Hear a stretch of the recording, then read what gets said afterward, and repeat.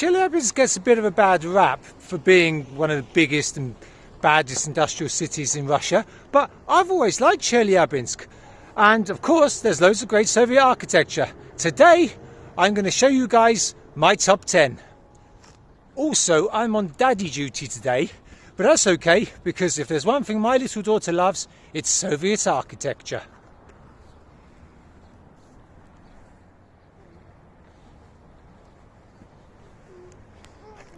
So the first thing is the circus. As you can probably see, the circus is under renovation. It was built in the 1970s, like half of the things we're going to see today. In fact, in this region, there's a huge redevelopment program from the late 60s to the late 70s, and in 10 years they built an awful lot of stuff, of course, in the Soviet modernism style.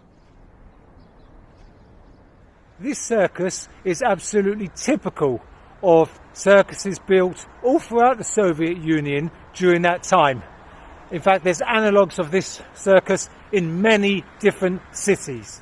Chelyabinsk is a classic Soviet-built city, really. Okay, it wasn't built from scratch by the Soviets, it already existed, but my goodness, last century they really developed this city, and now it's a big city with more than 1 million people. Behind me is a Soviet-built shopping centre. To be honest, the ground floor is not at all interesting. Let's try going upstairs, shall we, see if it's more interesting there. So, when you got a pram, you don't really like going up steps. But never mind, we'll find a way.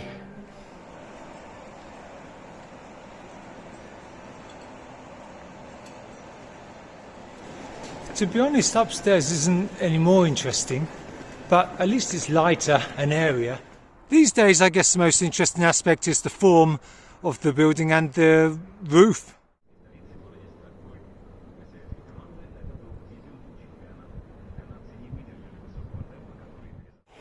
Behind me is the Palace of Sport, and unfortunately, as you can see, there's a huge banner covering the whole of the front, which is a shame, because it's a really good example of Soviet modernism. Last time I was here, last year, I went inside. It's not that interesting inside.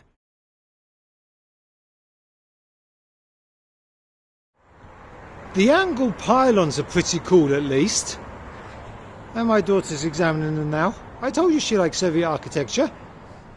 I'm only doing today's video for my daughter's benefit. I find Soviet architecture a bit boring, really. But, you know, as a father, you've got to give your children what they want, don't you, from time to time. Can't be mean. That's where you hang your coats. So because of the huge banner on the front at the moment, you get a better appreciation of the architecture from the side of the building. This is the Palace of Pioneers, and it's a very interesting architectural ensemble. That's the original building, which I think is from the 1940s. And these two more interesting ones on the side, they're definitely from the 1970s. This one particularly unusual. The Stalinist architecture was full of great details, but then when Stalin died, the new regime decided to save money and time by doing away with architectural excess and making the buildings a lot simpler. Of course, there's always one or two exceptions to any rules, and I think this certainly counts as an exception, because this is an unusual, interesting building. I think in particular the architects were given a little bit more freedom with regards to children's architecture. Like I said earlier, a lot of this architecture was built right near each other in the same area.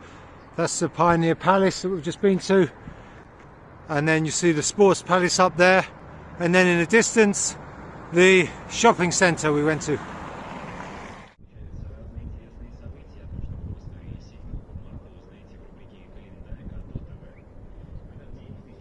Surely no such compilation would be complete without a Soviet hotel, and the Malachite behind me finds its way into the top 10. Again, it's just so typical, isn't it? Typical of the architecture of the time, just big and simple, not spectacular, you might say ugly, but perfectly functional. I actually stayed in it during one of my trips to Chelyabinsk, and it doesn't have much character really. It's kind of simple, but you know, it absolutely does the job. Behind me is the theatre of opera and ballet, and as you can see, very different from the modernist style. That's classic Stalinism. Sometimes even such buildings might even have been pre-revolutionary, but in the case when they are, there's others in the city that are, then they've added Soviet monuments and emblems and other things.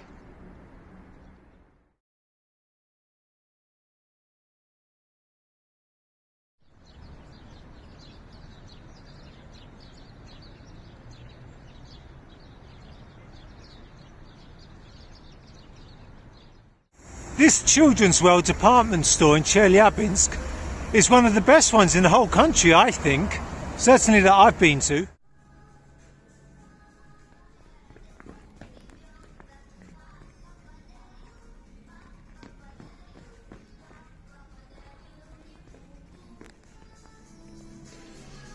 What looks like some cool original artwork here.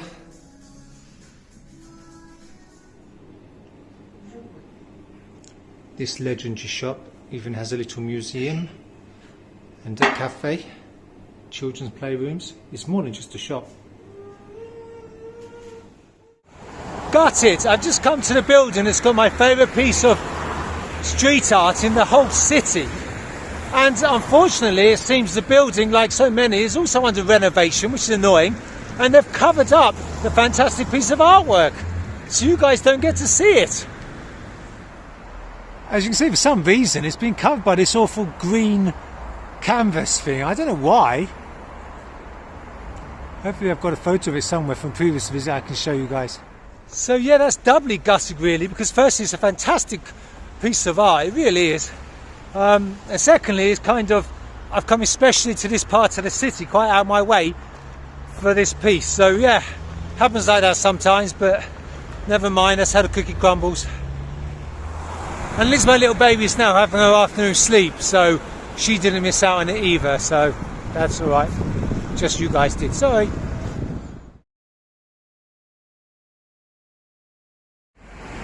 This is Revolution Square, and it is a huge expanse full of interesting architecture, very spacious.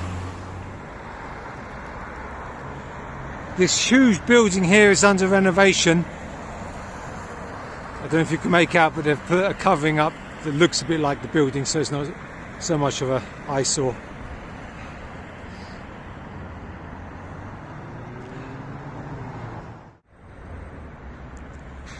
And in fact, what's cool is that the Lenin statue is more than just a statue. It kind of doubles up as a platform, I guess, where the party bosses could stand on celebration days and wave to the crowds below.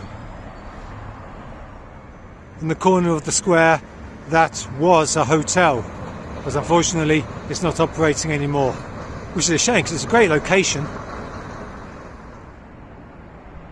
Completing the ensemble in the distance there is a theatre, clearly built in the modernist style. This northwest part of the city was developed from the 1970s onwards, and wow, it is monumental. Probably deserves a whole video just to itself. It's just block after block and micro region after micro region.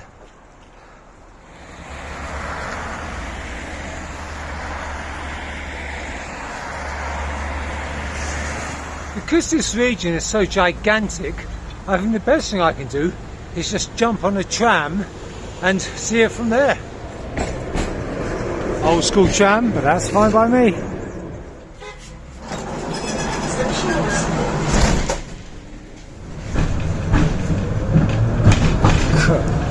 It's a bit rickety.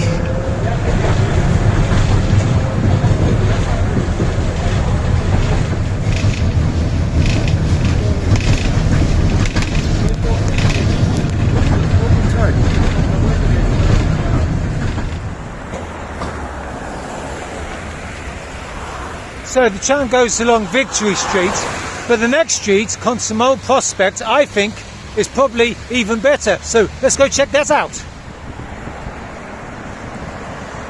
Wow, now we're talking.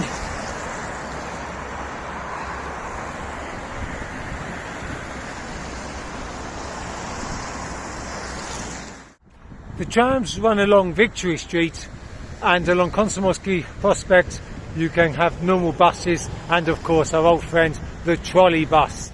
So I wait to jump on a trolley bus. Now in Chelyabinsk they have something that's very unusual, and that is new trolley buses.